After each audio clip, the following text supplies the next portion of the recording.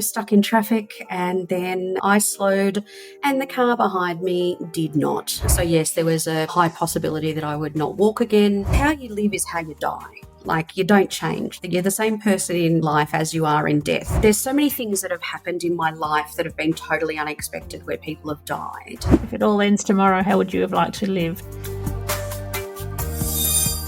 Hello and welcome to Fully Fearless. I'm so excited to be introducing one of my favourite humans in the world, Catherine Ashton. She's the driving force behind Critical Info, a platform devoted to end-of-life planning and awareness. Her journey was sparked by a couple of things that happened to her in her life. She had a major car accident in 2019 and then unexpected loss of a close friend in 2023. And these two things ignited her passion to create a resource that empowers individuals to make informed decisions about their legacies. She happens to be an award-winning speaker and MC.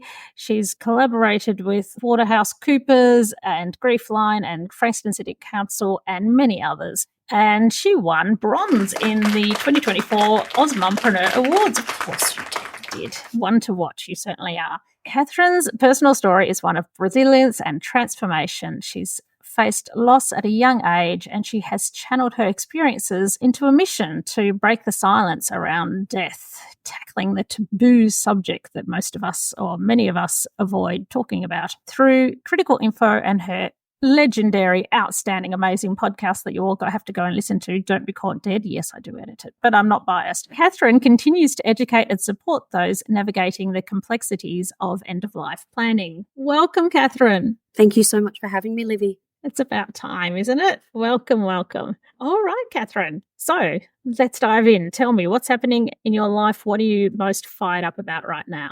Well, at the moment, I'd say that it would be working on collaborations on a new project. Mm-hmm. And it's the first time I'm applying for some funding through a grant that's available.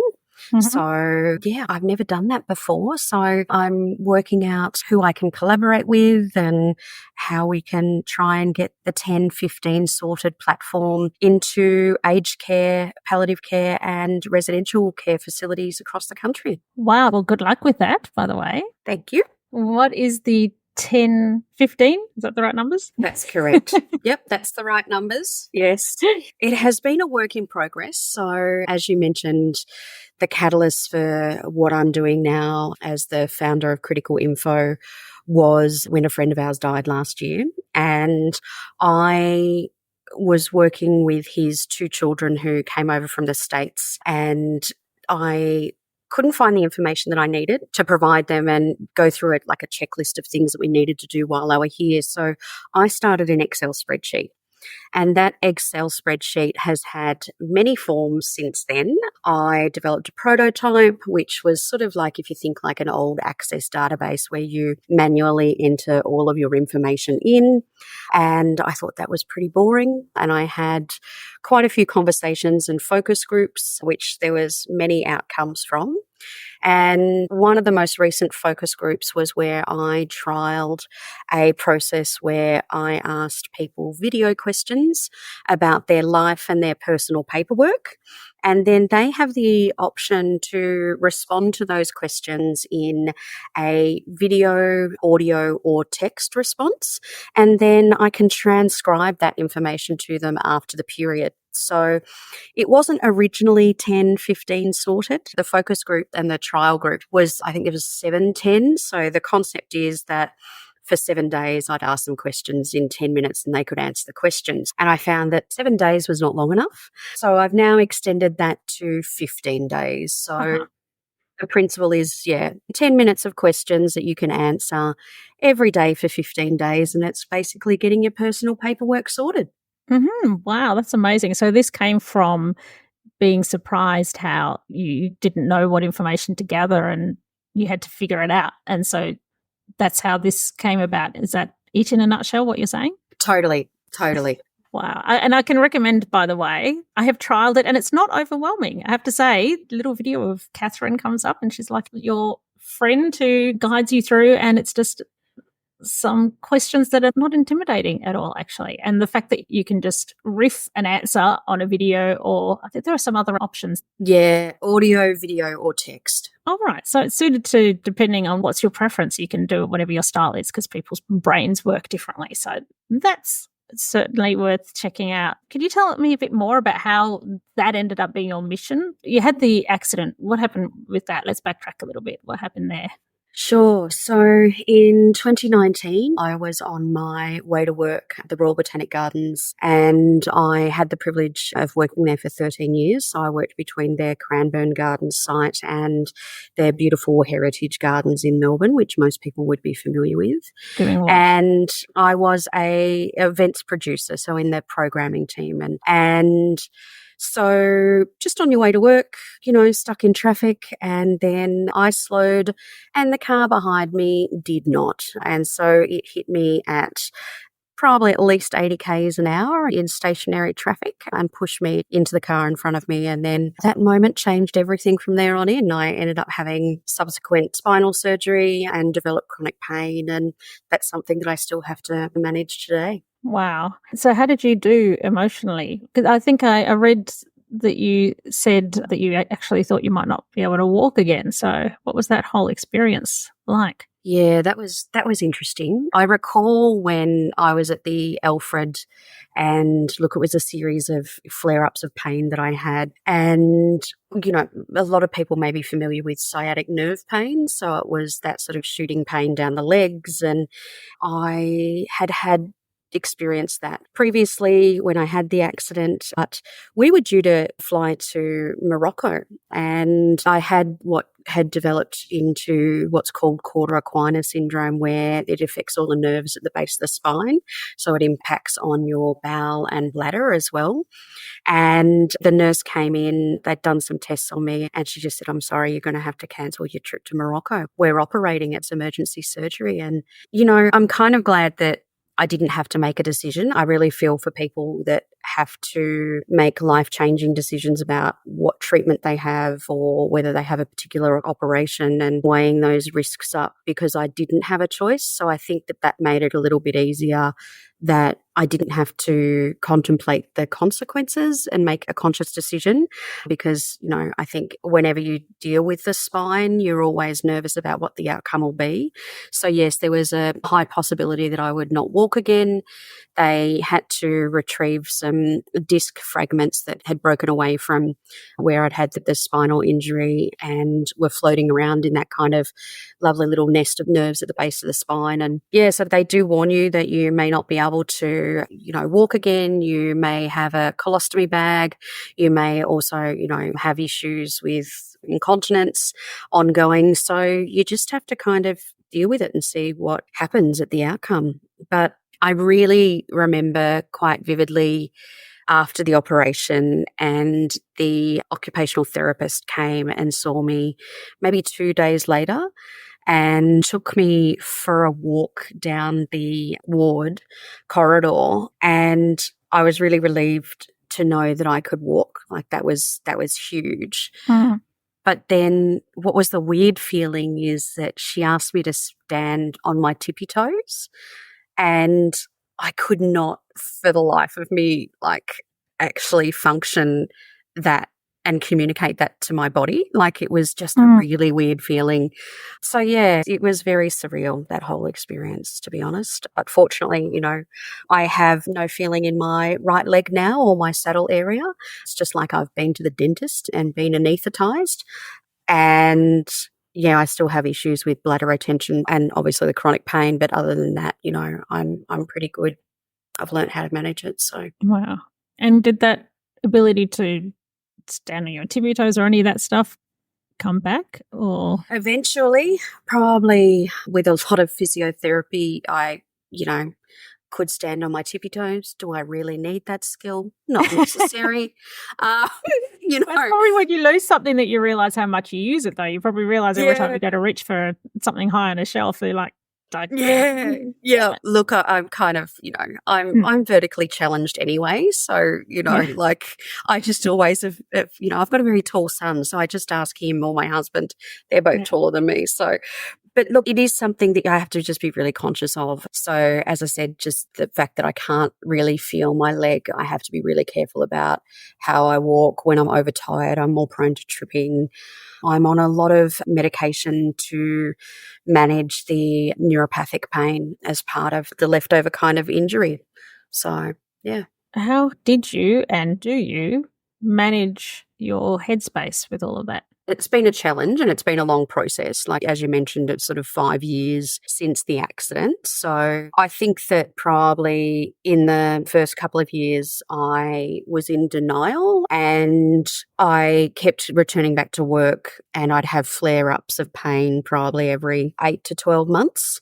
First time round, I had a cortisone injection. Second time round, that wasn't going to happen. And, I think I probably caused myself a disservice because of the fact that I kept pushing through and denying it. I think that helped contribute to me developing chronic pain. And that was when the real sort of savior came along, was when, I didn't think it at the time, but because it's a traffic accident, it's all managed through TAC, the Transport Accident Commission.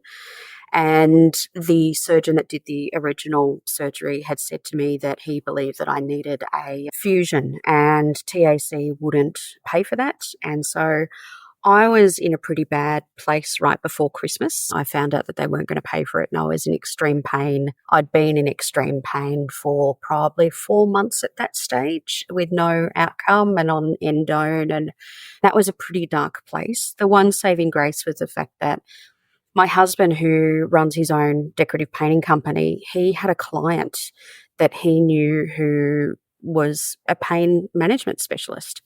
And so we reached out to them on Christmas Eve and said, look, I can see you first day back in January. And that was such an amazing thing to have that, so I could get over Christmas, know that there was something that I could have access to at that time.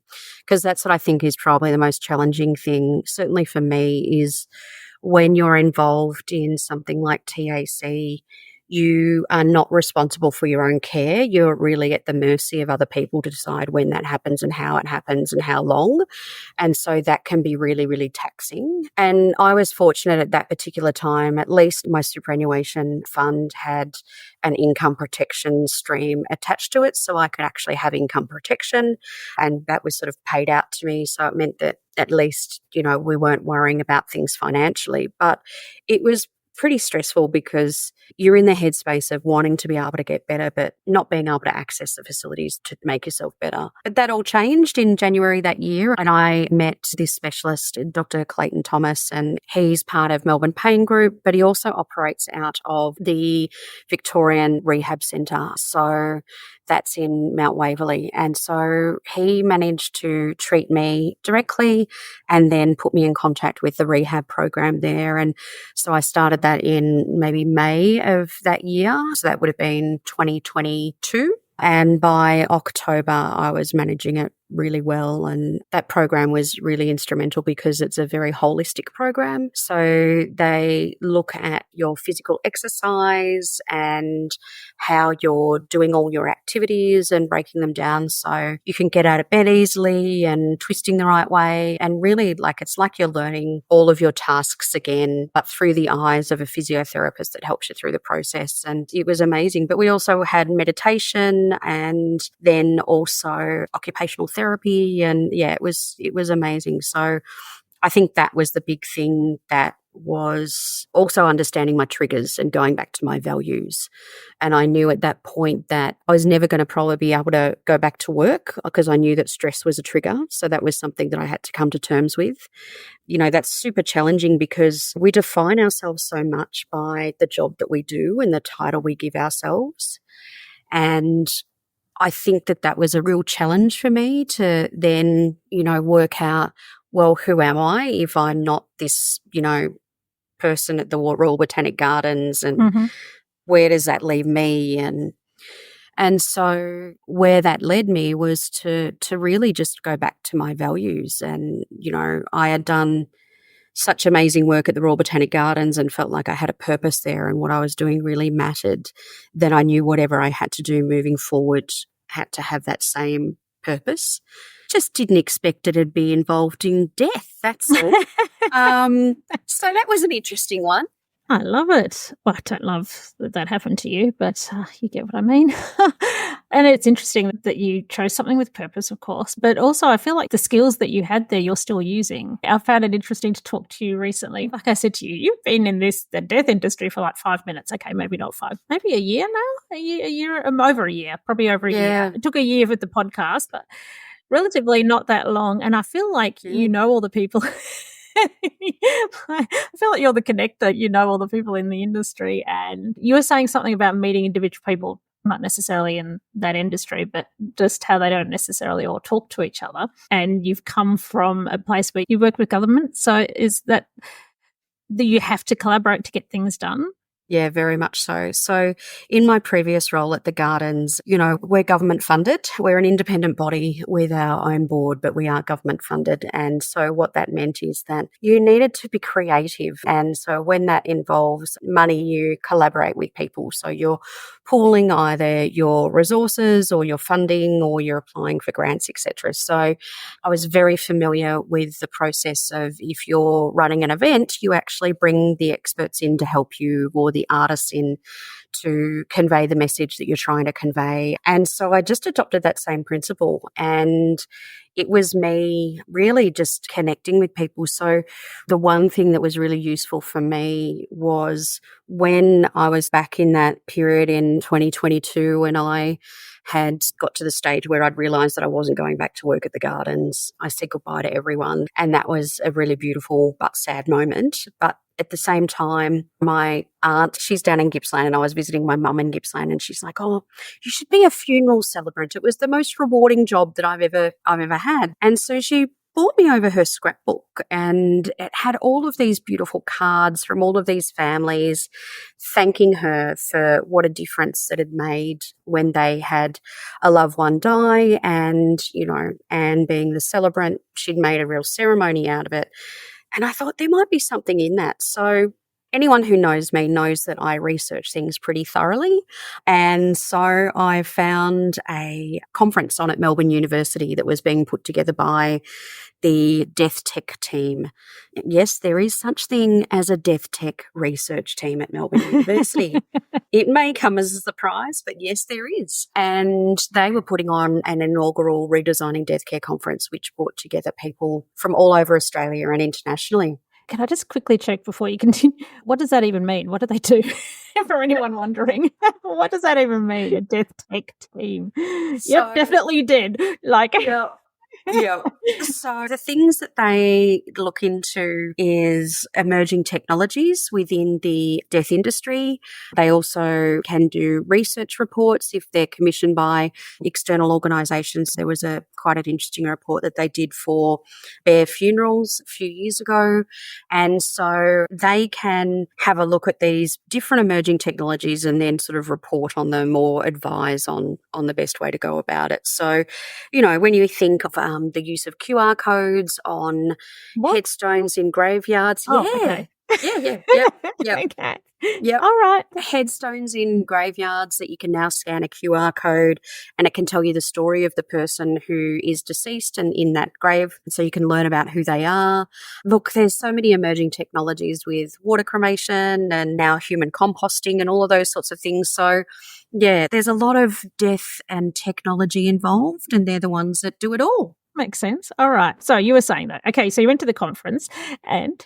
Yeah, I was fascinated. I just didn't have any idea that this was such a niche, and there was like all of these amazing things happening. And from a background and also a passion of environmental sustainability, and it was just ticking all of these amazing boxes. And a lot of people had also worked with artists to convey grief, or as a way in which to talk about death and dying and grief. And it was just fascinating. So, but one thing I did realize is that for me, it comes back to what are my triggers and what can I physically do? And I knew that that was too close to the grief to be a funeral celebrant, and that wasn't going to be suitable for me. So it wasn't until really Roland died the following year that in the February in 2023, that again, we just sort of did what we had to do, and Roland was Rod's best friend, and we sort of took over the custodianship of the apartment and sort of waited until the children arrived from the States. And then they sort of stayed with us over a 6-week period just to get everything settled. And yeah, there was a lot of learnings during that time. Wow. So that's so interesting that it was someone planted that seed in. My aunt. Your aunt planted the Yeah. seed, and that's just sort of there in the background, and you're like, I can't quite do that, but gee, I love this industry. And then that happens. Wow. Yeah. Also, I want to make sure that I can find out about your childhood, if we can go back there. You mentioned that you had loss at a young age that is part of what's shaped you. So obviously that's a pivotal thing for you. So can you tell us about that? It's interesting because every once in a while it comes back up in the media, and it's recently been again reported by Andrew Rule in the Herald Sun, I think it was. And so Andrew Rule is a journalist. He specialises in crime and generally, sometimes unsolved murders. So Andrew Rule has just released a podcast which is based on my childhood friend. So I grew up in a small town in Gippsland called Locksport. My parents moved there when I was 4. But we'd been holidaying down there because my grandfather built the house. But they moved from Melbourne to live down there permanently. And at the age of 6, it was my sister's wedding, actually. So it was 1984. There you go, everyone. You can work out that I was born in 1978 from that. Yeah, so, everyone knows everyone in a small town like that. I think it has a major population of only 1,500 when we were living there, a permanent population, I should say, and billows up to about 8 to 10,000 during holiday period. So it's very much a sleepy hamlet most of the year. And we became friends with Ruth and Ellen Nelson, and they were neighbours of ours. My father actually worked with Ellen in his plumbing business, putting down bores and being a bit of a trades assistant to him. And it was my sister's wedding, August of 1984, and we had that at home. And I remember afterwards, and it's weird what you remember as a kid, but for anyone who's a kid of that age will probably remember Country Practice and the very distinctive song of a Country Practice. There you go, Libby, you've got it. And I remember my mum sitting me down and saying to me that Shauna, who was Ellen and Ruth's granddaughter, was not going to be coming and playing with me for the September school holidays. And she proceeded to tell me that Shauna had been murdered with her mother in her home in Melbourne. And, since then, and as time that I've grown up and learnt more about that, I can't recall whether she actually told me at the time, but I knew that they were murdered. But she was also sexually assaulted as well in her bed. So the little girl? Yeah. So I was 6 and Shauna was 8. So that was really my first introduction to death at the age of 6. So I didn't lose my grandparents until I was older. So yeah, that was a really interesting start to work out that the world wasn't that nice. Yeah, because at that age, you were 6, everything's still innocent. I feel like when you start going to primary school, it starts wearing off a bit. You start finding out some not so nice things, but at 6, you'd still, oh man, what a rude shot. How did that affect you? Well, look, I think that it has definitely impacted on who I am. I don't think that such a traumatic experience at such a young age can't have some sort of impact into your psyche. I've certainly spent many hours talking to my psychologist about it, but they never found the person who murdered either of them. And that's the thing that Andrew Rule, he sort of at the 30-year anniversary wrote a large article about it to question the investigation. And then again, he's just released in the last month or so 2-episode podcast on it, again questioning the investigation and who might be responsible for their murders. So yeah, I think that when someone dies by a significant act of violence like that, it definitely leaves its trace. I think it's impacted certainly, my mum. I've talked to her about it since it's all come back up again. And yeah, I don't think you ever really get over it. And especially because you don't know the answers. So you're always left wondering. Unresolved. And is there any other stories from the past that I should know about? I should know about it. Oh, Livy, it probably is, but well, I don't want to probably scare the audience too much. But yeah, look, it's really weird. Like when I went through that significant period of having the accident and looking back with my psychologist, who's a psychologist that specializes in trauma. And, I learnt really quickly that my pattern is what made me a really good producer was the fact that I like to manage risk and I like to control all variables that you possibly can to eliminate any unexpected things happening. So, yeah, that made me really, really good at my job. But it also meant that being in a job like that where there's high stress and things like that, it would also trigger me. But that was an interesting thing to learn that looking back at all the unexpected traumatic things that have happened in my life, that it makes sense that, I'm very good at organising now. Oh, I see. Trauma response. Yeah, it's a trauma response. A wonderful skill, but maybe not a great basis, not a great feeling underneath it. Yeah. Well, look, it's great to develop the skill, and it's great that I'm now aware of the reason how I've developed this over a period of time. And so I just also know to look out for any of the triggers associated with it. So for me, those triggers are stress. So I knew whatever I had to do moving forward, that I had to minimize stress and really listen to my body. So I do meditation for that purpose. I also exercise on a regular basis and do deep water running every week just because I love it and it keeps me active and that helps me manage it. But also, like I gave up drinking any alcohol 4 years ago now because I knew that it's so hard to listen to your body, and then you add something else to that equation, such as alcohol, it always is a negative impact. So I just haven't drunk. I'm also the child of an alcoholic father, so I'm very aware of that possible predisposition to alcoholism. So I make sure that, it's just not an issue any longer. So, there's been a huge awareness in these last 5 years that I've become probably more aware of who I am as a person and how to be a better person and avoid the stupid things that I used to do, that weren't healthy and, that sort of stuff. So, and being someone who's now in the death industry and so facing the topic all the time, what are your views on the meaning of it all? Life, death, is there something after it? What's your philosophy? I've spoken to a lot of people now about, what is the meaning of life? I've read a lot about it. My personal opinion probably hasn't changed that much. I think once I had the accident and I knew everything, and also, like my father died 10 years ago, nearly 11 years ago in this December, and that was a stroke. It was totally out of the blue, totally unexpected.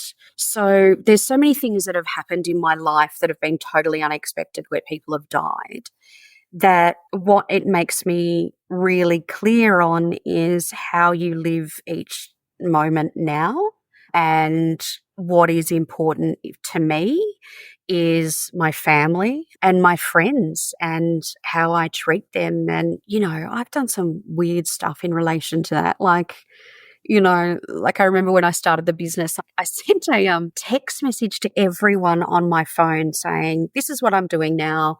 If you'd like to stay involved and in my life, I'd like you in my life. That'd be great. These is my details. Because, sometimes life's too short. And so I'm far more outspoken now. I am more comfortable within my own shoes. And I think I have better relationships because I understand that things can change at any point in time. And so I don't want people in my life, my loved ones, to ever look back when I die, whenever that is, and go, oh, I wish I'd said, or I wish we didn't have that argument, or, so I try and kind of settle all of that if I can in the best possible way. But, that involves two parties, and not all parties are at the same stage I'm at. So, it's not always as hunky-dory as I'm making it sound like, that's for sure. But at least you can feel peace that you've done as much as you can from your end with any given situation, with the knowledge and wisdom we have at any point. But I guess it's a bit like, I'm sure it's not the only person to have said it, but there's the thing that's coming to mind is a commencement speech by Steve Jobs, when he'd had his brush with cancer, which ultimately did take him. But yeah, he gave some speech which basically facing death had taught him, hey, you've got a time limit, and it makes you drop the bullshit, I guess, and makes you figure out very quickly what's not worth wasting too much time on. And if it all ends tomorrow, how would you have liked to live? That's so true. And I think also it's interesting, you mentioned that, I now deal with death all the time, but interestingly, it's not. And, you edit the podcast, so you're very much aware that the conversations I have, even though the topic is about death, they're always about like life and how you live life. Yep. And what that impact is and how you've lived in this life, because how you live is how you die. Like, you don't change. Like, you're the same person in life as you are in death. Like, and people still have to deal with that and whatever that relationship, and whether it's messy or whether it's clean or whatever it is. So, it is really about how that person's lived or what you do in your life while you're still alive that makes all the difference. And I think that that's the reason why the big impact that can make a difference is how you put things in places to make it easier for when you do die, that people just don't have to wonder, what were your wishes? What were your thoughts? What were you, just document that shit, just write it down. just have a conversation. It's not that friggin' hard. And it can just save a loved one hours of torment from not knowing what to do because you never had the conversation. Yeah. And I think when it comes to things that people fear, usually the fear and trepidation is worse than the actual doing. Like, just writing the things down or having a conversation ends up being not that scary after all. It's so much worse when you see someone who does not know what someone's wishes were and they're trying to agonize over trying to work out what that person would have wanted. And, that is a really hard position to put someone in. And, it's just even the stupid stuff that, you have to do when someone dies that I found did my head in. And it was like, how do you work out whether they have superannuation? Like, where do you start with that if you don't know? And we were in that situation with Roland. We didn't know. So things like that, if it's not documented, you end up having to go through every single piece of paper in that apartment or in that house. And that's really taxing.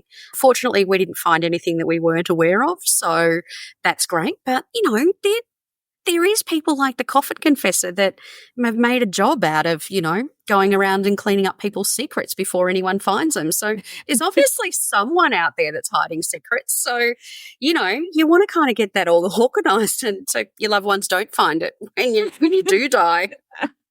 I just wonder, because I write journals, but really there's just full of shit. Just to clear my mind, I think, don't make too much of this if you read this. Yeah. After my death.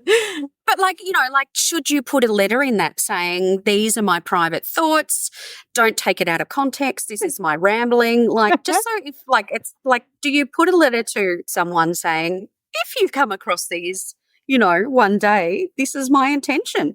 So it can't be taken out of context. You know what I mean? Because it's just that weird stuff that really does the damage. Something that was interesting that someone told me is that they wish that they had asked their mum about these stories associated with the jewelry that she had, because you can always get jewelry valued, but the value isn't necessarily in how much it's actually worth. The value is in what is the story behind it. And that's so true when I think about my own mother's jewelry. And, I inherited my grandmother's engagement ring and I know the story of that.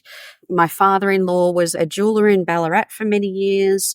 My wedding ring is part of what used to belong to his shop. So, they're the stories that are really important. So also documenting that is just a beautiful gift that you can give to a loved one as well. Otherwise, those stories are lost, you know? So tell me, with your podcast, what have you learnt from doing it, both like the actual content that people have shared with you, plus the fact that you're dealing with really sensitive topics and having to honour and handle sensitively how it's all shared. So what have you learnt from doing the podcast? Well, I don't know whether it was from the podcast, but there is a principle that I've adopted with the podcast when I first started. And I think it was something that we had to discuss when we first started working together very early on, was the fact that an old manager that I used to work with at the Gardens, she always ensured that when we worked with an artist, that we make sure that we honour their intent and their language and everything is according to what they've approved. So the principle that I followed with the podcast is that once the episode is recorded and then it's edited, the people always get the opportunity to review all of the content and the show notes and the shorts that we put on YouTube and the YouTube thumbnail, because what I'm doing is a platform to retell their story. I'm not to interpret it. I'm not to dramatize it in any way. I'm just there so they can tell their story. So for me, the integrity of them being able to review how that is portrayed and they're comfortable with that is really, really important to me. So that's something that has been proven throughout, like I think we're at 30 something episodes that have dropped now. And so for me, it is proven having that principle right from the start has proven very useful, because there's been a few instances where we've had to just modify some content for various reasons. But that's been at the direction of the person or the guest that I've been interviewing. It's not something that we've done, which I think is really important. And I think that I'm really proud of that aspect of just being the platform. And what has it taught me? You know, again, it's more about life than what it is about death, to be honest. Because once you're dead, you're gone, but you stay in the memories of those that are still here. And that's where the impact and that's where the change and the shift can happen. And that's either for the good or for the bad. The other thing is that, you know, I've always thought personally that it'd be pretty arrogant to think that we're the only living beings, you know, in this universe. Mm-hmm. You know, the concept of aliens isn't too weird for me. Life on other planets, whatever that is, whether it's some weird amoeba or whatever, you know. But it's interesting, the more you read, the more you realize over time and cultures and countries, and is that there is universal stories about death and the afterlife. And, you know, there's one interview I did recently that's coming out on Halloween. It's going to come out. So that was good timing. That's a Thursday. And she had been running ghost tours down the peninsula for 14 years.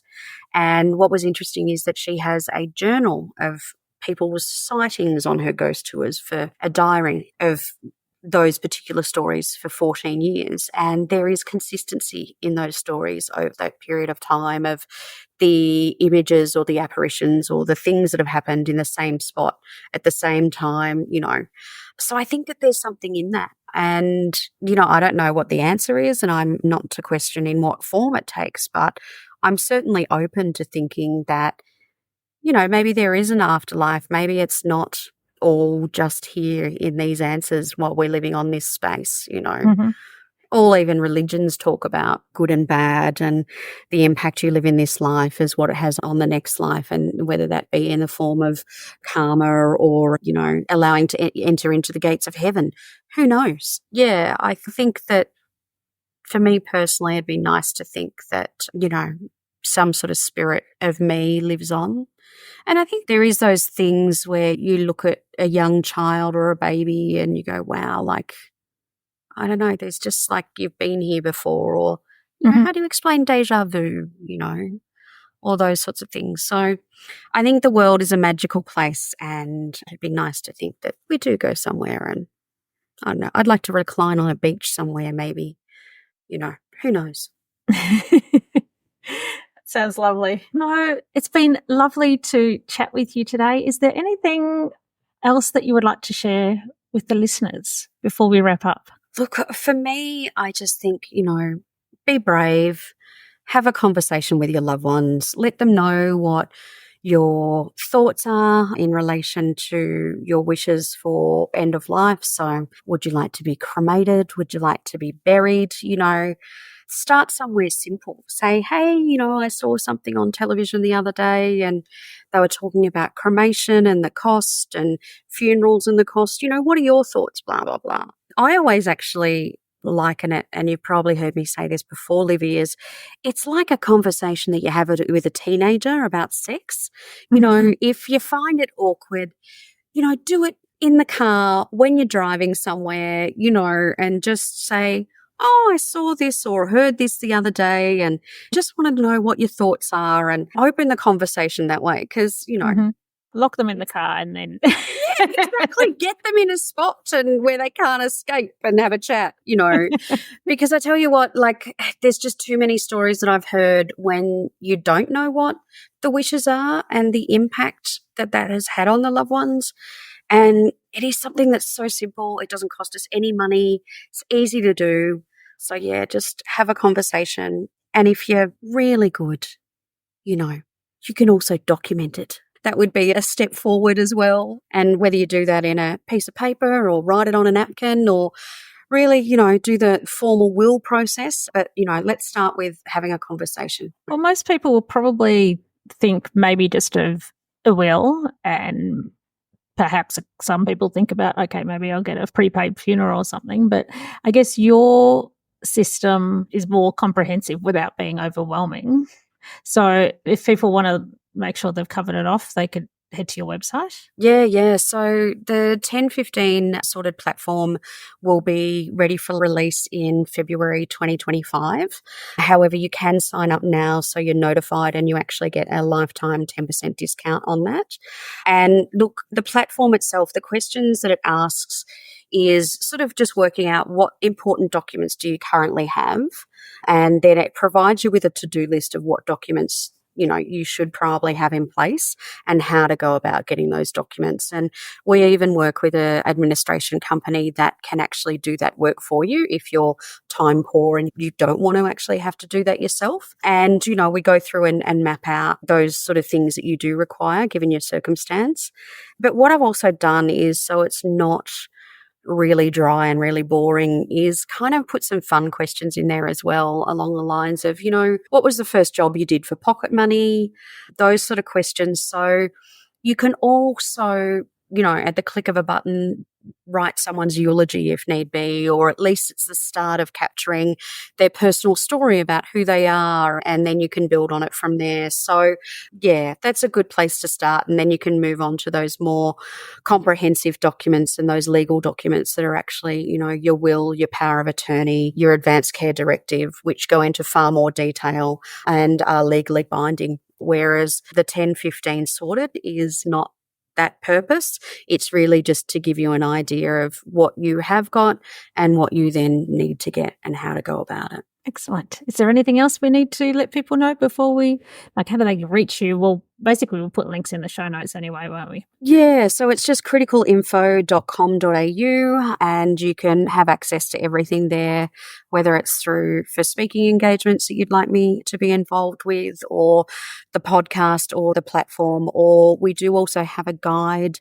that covers the first hours, days, weeks and months after someone dies, and it takes you through a prioritised list of tasks that you need to do, and you can work out what you either do yourself or you actually get someone else to do for you. And, that's on the website as well, and it's called My Loved One Died, What Do I Do Now? Excellent. We'll put that all in the show notes. Thanks so much, Catherine. Oh, thank you, Livy. It's been great. Stay fearless. Hit subscribe and let's dive into the next episode.